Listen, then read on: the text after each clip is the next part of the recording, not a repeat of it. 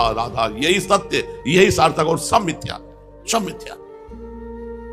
अर्जुन जी राजसूय यज्ञ में एक चींटे को देखा, उसकी एक टांग टूटी हुई, 3 टांग केवल लड़खड़ाता हुआ एक छोटा सा अन्न का टुकड़ा बड़ी मेहनत से ले जा रहा है। तो अर्जुन जी देखकर भगवान से कहा कि देखो श्री कृष्ण, क्या इस जीव को कभी सुख मिलेगा जो एक अन्न का मुंह में टुकड़ा बड़ी मेहनत से, 3 टांग केवल, चींटे की टांग वैसे ही बहुत हल्की होती है और एक टूट गई थी, 3 से घसीट रहा था, इसे कभी सुख मिलेगा? तो भगवान ने कहा अर्जुन तुम्हें पता है ये 14 बार इंद्र बन चुका है, 14 बार इंद्र बन चुका है ये जो चीटा है। अब आप सोचो इंद्र बनने के बाद ये क्या यहाँ के पदों की महिमा, क्या यहाँ के भोगों की महिमा।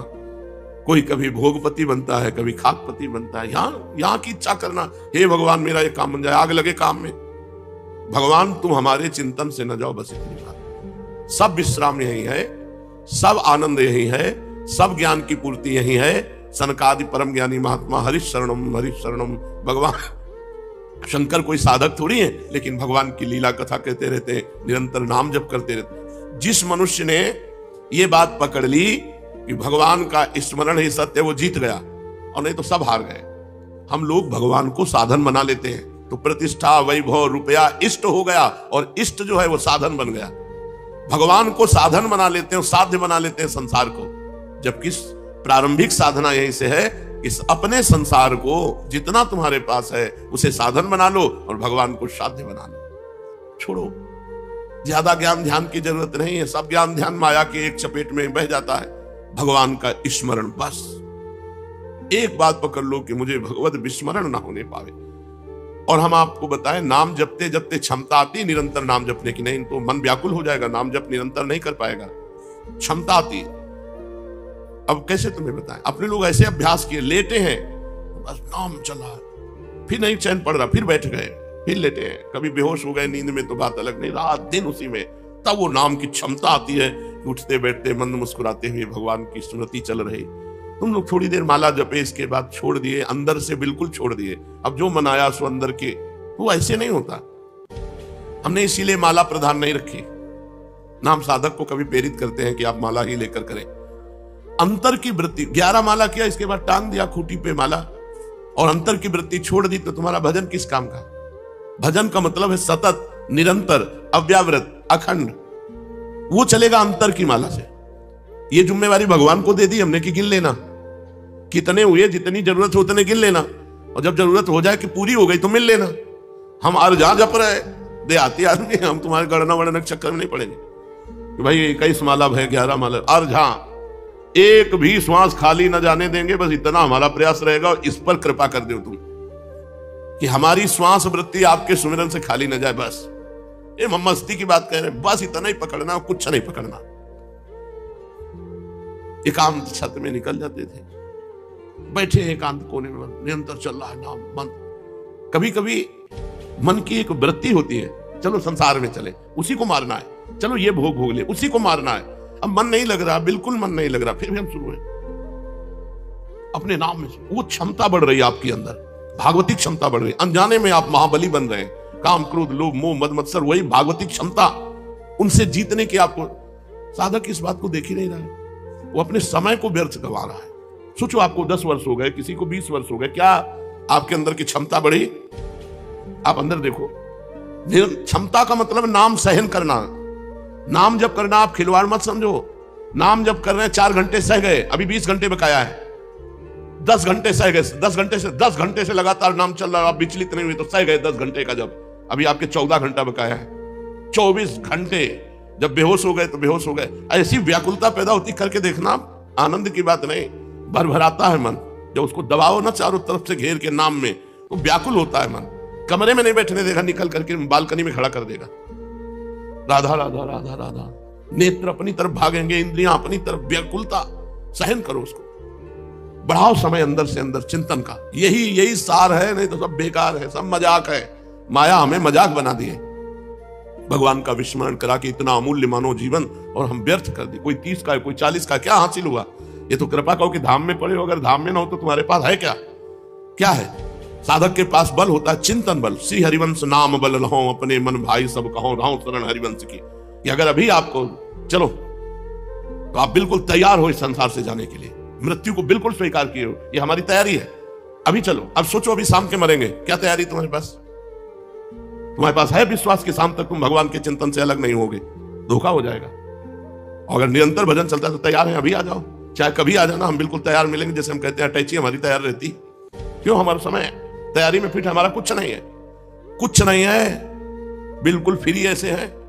1 रुपया नहीं है, एक भी व्यक्ति नहीं, गुरु भगवान की कृपा से एक व्यक्ति नहीं है हमारे पास। आपको लग रहा होगा हमारे जो हमारा तिजोरी है उसमें एक भी फोटो नहीं है संसार की, एक भी रुपए की प्रियता नहीं है। ये हम बैरागी की बात नहीं कहते, गुरु प्रसाद की कहते। और कहीं ऐसे अंगूठा या दस्तखत की जरूरत नहीं, बिल्कुल तैयार अटैची है, अभी बुलाओ अभी चलो, मालिक हमारा कोई है नहीं आपके सिवा। और जब है नहीं तो चिंतन जाएगा कहां? कहां चिंतन जाएगा? ऐसे नहीं है चिंतन कि अब किसी की तरफ जा रहा है, ऐसे नहीं है, ऐसे नहीं। हम चाहने वाले कि आ जाओ फिर किसी और, एक चाहत जीवन भर। नाटक ये सब चल रहा है माया का, चाहत केवल एक प्रीतम से। अभी बुलाओ अभी तैयार है, तो आप तैयार हो मरने के लिए? जीने के लिए तैयार हो, जीने की आशा में प्रभु से मांग कर रहे हो, भोगों की, वस्तुओं की, पद की, प्रतिष्ठा की। और मृत्यु लोग है, जानते हो मरना पड़ेगा, और मरने की तैयारी नहीं कर रहे। करो, ये हम हृदय का सत्संग तुमसे कर रहे हैं, मरने की तैयारी कर। फिर देखो तुम्हें क्या अच्छा लगता है। जब तुम्हारा मन कहे कि ऐसा होता तो मर जाते, तो उसी समय सूत्र डालो। नारायण स्वामी कह रहे 2 को ना भूलो, एक मृत्यु को, एक भगवान को। जब मन कहे अगर ऐसा खाने को होता, अगर खाने के पहले मर गए तो राधा राधा राधा राधा राधा। धोखे का जमाना है ये सब, बिल्कुल हमें भरोसा नहीं। प्रवचन के बाद पानी पी पाएंगे कि नहीं, कोई भरोसा नहीं। मृत्यु लोग, भयावह लोग, केवल भगवान का स्मरण। तो अपनी चिंता छोड़ो, अपनों की चिंता छोड़ो, केवल भगवान की चिंता करो। सार बात तुम्हें बता रहे, कुछ नहीं करना। भगवान को न फूल चाहिए, न फल चाहिए, न इत्र चाहिए, न सोना चांदी चाहिए। खाने हैं सोने चांदी की, सोने की खाने हैं, चांदी की खाने हैं। अरे 4 लाख योजन का एक पहाड़ केवल सोने का है। उन भगवान को किलो 2 किलो, मन 2 मन, कुंतल 2 कुंतल सोना से रिझा लोगे? जिन्होंने सोने की खान पैदा कर दी, चांदी की खान पैदा कर दी, जिन्होंने वस्त्र, उनको केवल आप चाहिए, आप। और हम अपने को देने को तैयार नहीं, हम अपने को दे चुके हैं माया में, और भगवान को देना चाहते हैं मायापति को माया। ये तो हम अपने भाव प्रस्तुत करते हैं प्रभु के सामने कि ये इत्र है, ये भोग है, तो वो भाव वाली वस्तु स्वीकार कर लेते हैं। देखो कल एकांतिक में बताया था, करोड़ों अरबों की व्यवस्था की थी दुर्योधन ने, ऐसे सुंदर व्यवस्थाएं भगवान के लिए कि देखकर द्वारिकाधीश मोहित हो जाएंगे। भगवान ने आंख उठा के नहीं देखा, और जब कहा भोजन के लिए तो उन्होंने कहा भूख में या प्रीति में, 2 में भोजन होता है। मेरे अंदर भूख नहीं, तेरे अंदर प्रीति नहीं, इसलिए हमारा भोजन हो ही नहीं सकता। तेरे अंदर प्रीति नहीं और मेरे अंदर भूख नहीं। वहां से कह के सीधे विदुरानी के पास जाते हो, कहते भूख लगी है, कुछ लाओ ना।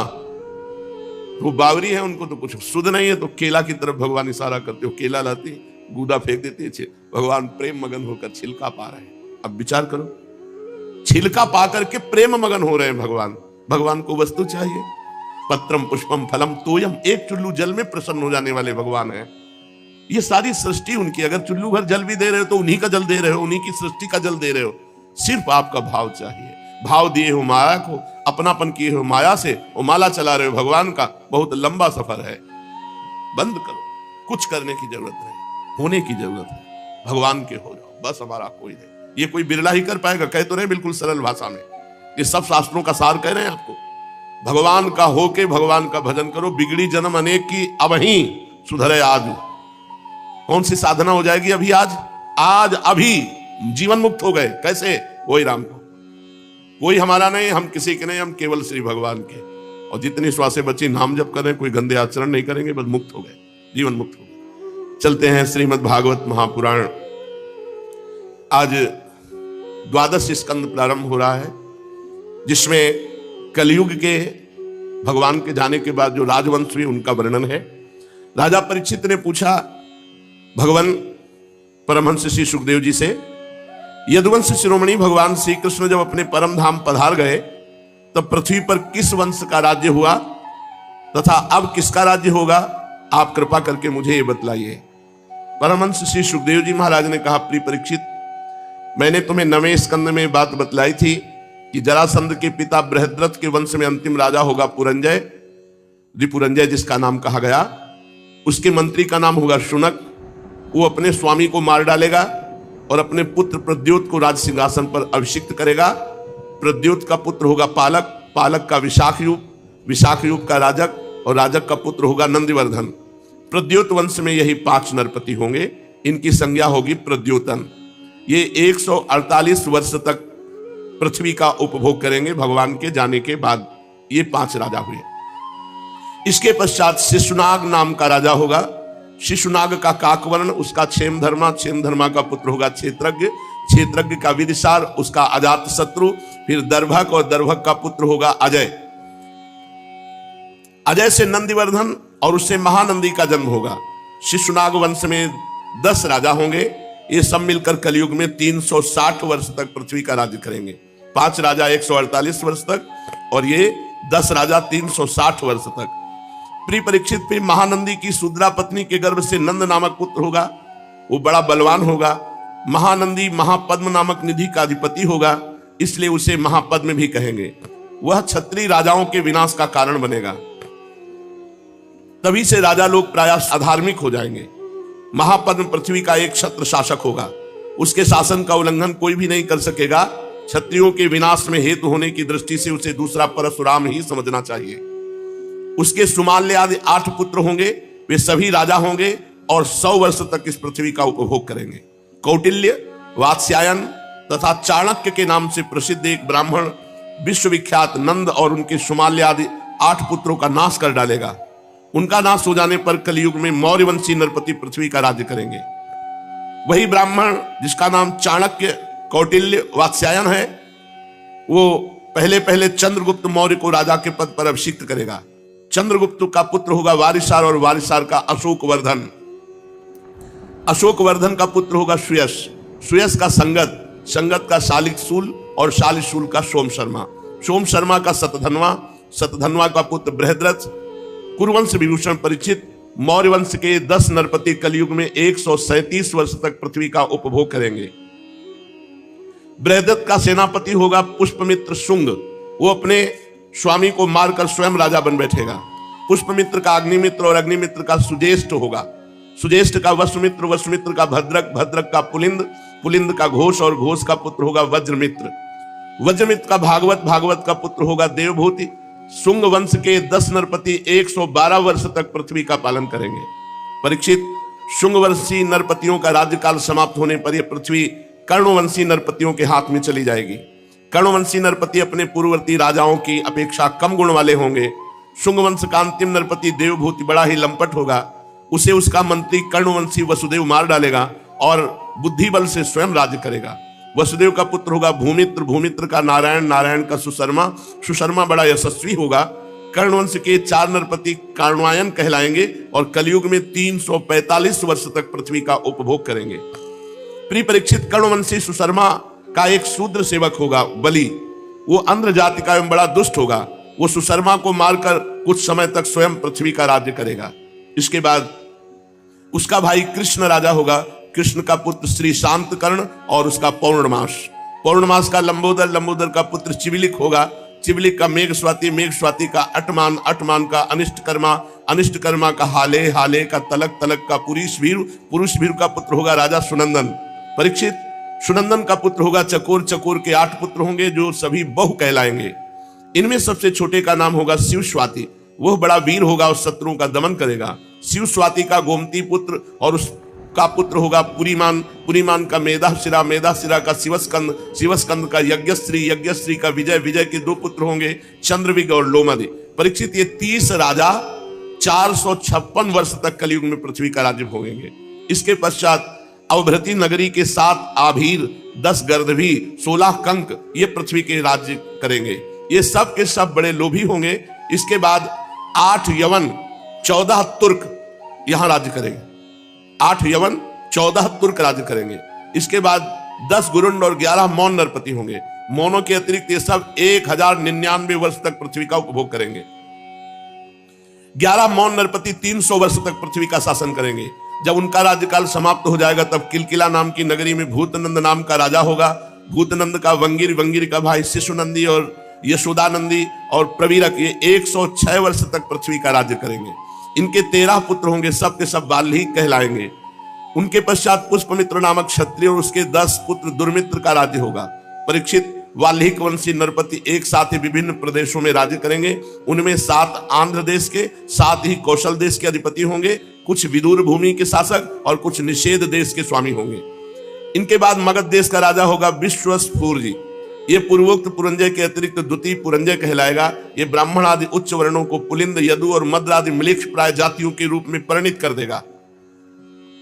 इसकी बुद्धि इतनी दुष्ट होगी कि ब्राह्मण क्षत्रियों वैश्यों का नाश करके शुद्ध प्राय जनता की रक्षा करेगा। यह अपने बलवीर से क्षत्रियों को उजाड़ देगा। पद्मवतीपुरी को राजधानी बनाकर हरिद्वार से लेकर प्रयाग पर्यंत सुरक्षित पृथ्वी का राज्य करेगा। परीक्षित ज्यों ज्यों घोर कलयुग आता जाएगा त्यों त्यों सौराष्ट्र, अवंती, आभीर, शूर, अर्बुद, मालव देश के ब्राह्मणगण संस्कार शून्य हो जाएंगे। सिंधु तट, चंद्रभागा, तटवर्ती प्रदेश, कौंतीपुर और काश्मीर मंडल प्रायः म्लेच्छ स्वभाव वाले, संस्कार ब्रह्म तेज से हीन, केवल नाम मात्र के द्विज और म्लेच्छों का राज्य होगा। परीक्षित सब के सब आचार विचार विहीन म्लेच्छ प्राय हो जाएंगे। ये सब एक ही समय भिन्न भिन्न प्रांतों में राज्य करेंगे। सब के सब परले, सिर के झूठे, अधार्मिक, स्वल्प दान करने वाले होंगे। छोटी छोटी बातों को लेकर ये क्रोध के मारे आग बबूला हो जाया करेंगे। ये दुष्ट लोग स्त्री, बच्चों, गौओं और ब्राह्मणों को मारने में नहीं हिचकेंगे। दूसरे की स्त्री को भोगना, दूसरे के धन को हथिया लेना कलयुग में स्वभाव बन जाएगा। सबका स्वभाव पराई स्त्रियों को भोगना, दूसरे के धन को हड़प लेना। ऐसे लोगों की ना बढ़ती देर लगेगी और ना नष्ट होती देर लगेगी। ये क्षण में रुष्ट और क्षण में तुष्ट। इनकी शक्ति और आयुध होगी बहुत थोड़ी। इनमें परंपरागत कोई संस्कार नहीं रह जाएंगे। ये तो बहुत 2500 वर्ष की बात बता रहे हैं, क्योंकि इतने राजा हो गए तो 2500 वर्ष हो गए। अब तो 5000 वर्ष के ऊपर चल रहा है। 4,32,000 वर्ष की आयु कलयुग की है। लोग अपने कर्तव्य कर्म का पालन करना भूल जाएंगे। रजोगुण तमोगुण से अंधे बन जाएंगे। राजा के वेश में म्लेच्छ ही होंगे। लूट घसोट, प्रजा का खून चूसना, ऐसा स्वभाव बन जाएगा। ऐसे लोगों का शासन होगा तो देश की प्रजा भी वैसे ही स्वभाव, आचरण और भाषण वाली हो जाएगी। राजा लोग तो उनका शोषण करेंगे, प्रजा आपस में एक दूसरे को उत्पीड़ित करेंगे और अंततः सब नाशवान, नष्ट। फिर वही आ गया, ये सब लिखा पड़ी है, सब मर गए, मिटिया मिट हो गए, कहीं कोई नहीं। श्री सुखदेव जी कहते हैं, परीक्षित समय बड़ा बलवान है। ज्यों ज्यों घोर कलयुग आता जाएगा त्यों त्यों उत्तरोत्तर धर्म, सत्य, पवित्रता, क्षमा, दया, आयु, बल और स्मरण शक्ति का लोप होता जाएगा।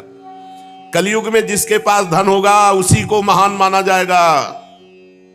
लोग उसी को बड़ा आदमी मानेंगे, कुलीन, सदाचारी, सद्गुणी मानेंगे। वही बड़ा माना जाएगा जिसके पास धन है, जिसके पास पावर है।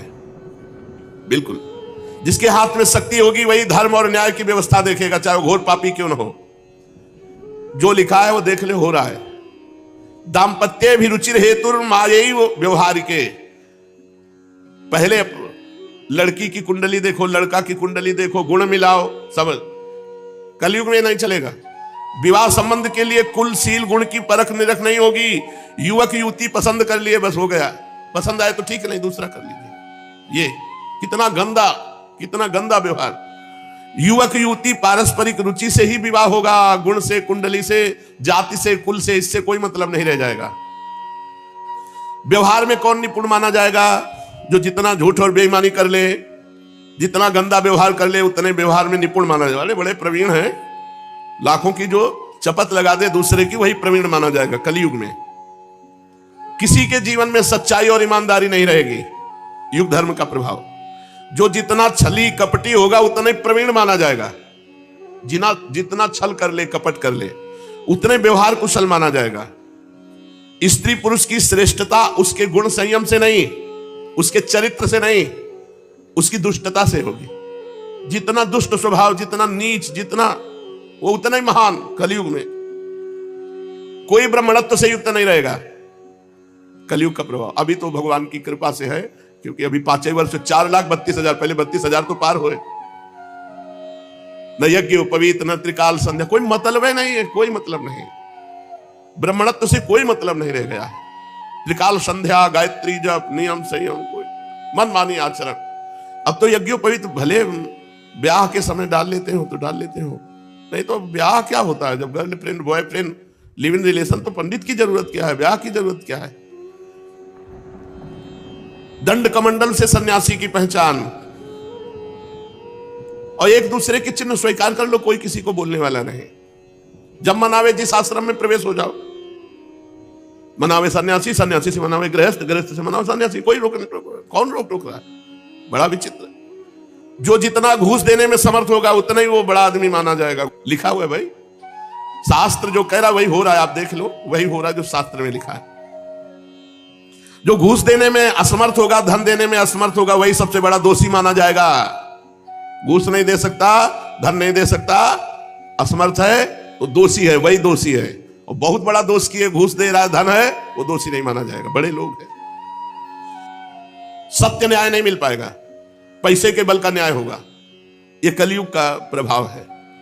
अब जैसे एक वकील साहब आए, उन्होंने कहा कि हम जानते हैं कि आदमी गलत है, लेकिन हमें वकालत करना ही होगा, हमने पढ़ा इसीलिए, तो हम उसको जिताएंगे। भाई ऐसा तो नहीं होना चाहिए। क्यों जिताओगे? जब जानते हो गलत है तो क्यों जिताओगे? बोले हमारे को पढ़ाया इसीलिए जाता है, पैसा। तो अगर तुम्हारी बहन के साथ कोई बलात्कार किए हो और जानते हो तो उसका मुकदमा लेकर के उसे जिता सकते हो? चुप हो गए। जिता सकते हो, जानते हो गलत है, अब जिताओ। नहीं जिताओगे, क्यों? क्योंकि मेरी बहन है। अगर किसी और की बहन है तो आप जिता सकते हो। फिर आपकी पढ़ाई लिखाई धूल है। किस काम की पढ़ाई लिखाई? पढ़ाई लिखाई तो इसी बात की वकालत की थी कि दुष्टों को दंड दिलाया जाए और निर्दोषों को मुक्त कराया जाए। हमारी समाज की व्यवस्था तभी। पर कलयुग का प्रभाव, रुपए के आगे ज्ञान विज्ञान काम नहीं करेगा। जहां वो अटैची गई 10 लाख की, तो सब ज्ञान विज्ञान और प्रवचन एक तरफ हो जाएगा और 10 लाख दिखाई देंगे। और जो बोलचाल में जितना बाचाल होगा उसी को पंडित कहा जाएगा। पंडित तो सोई जो गाल बजावा, जितना प्रवीण हो बोलने में उतना ही वो विद्वान माना जाएगा। असाधुता या दोषी किसे माना जाएगा? जो गरीब होगा। गरीब होगा, गरीब होना एक बहुत बड़ी असाधुता, दोषी की पहचान मानी जाएगी। विवाह के लिए शास्त्र इनकी जरूरत नहीं पड़ेगी, एक दूसरे की स्वीकृति ही पर्याप्त है। स्वीकृति मात्र से पर्याप्त है। शास्त्र विधि विधान संस्कार की कोई आवश्यकता न समझी जाएगी। स्नान की जरूरत नहीं पड़ेगी, बस बाल काढ़ लिए, मुंह में चिकनाहट लगा लिए, कपड़े पर लत्ते से लैस हो गए, यही समझा जाएगा स्नान। ऐसा हो भी जाए। लोग दूर के तालाब को तीर्थ मानेंगे और निकट के गंगा आदि तीर्थों को तीर्थ नहीं मानेंगे। दूर के तालाब को तीर्थ मानेंगे, नजदीक के गंगा आदि तीर्थों को तीर्थ नहीं मानेंगे। माता पिता की उपेक्षा करेंगे, माता पिता का अपमान करेंगे, वही हो रहा है।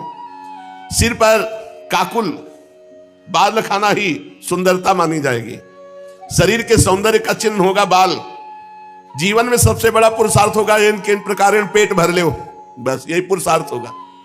जो जितनी ढिठाई से बात कर सके उतना ही वो सच्चा माना जाएगा।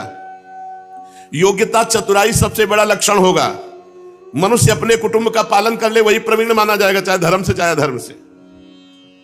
अगर कोई दान पुण्य भी करेगा तो अपने यश के लिए करेगा, खूब नाम हो जाए, इतना दिया, यहां गए, इतना किया, छपाया यूट्यूब में। ऐसे सारी पृथ्वी में दुष्टों का बोलबाला हो जाएगा।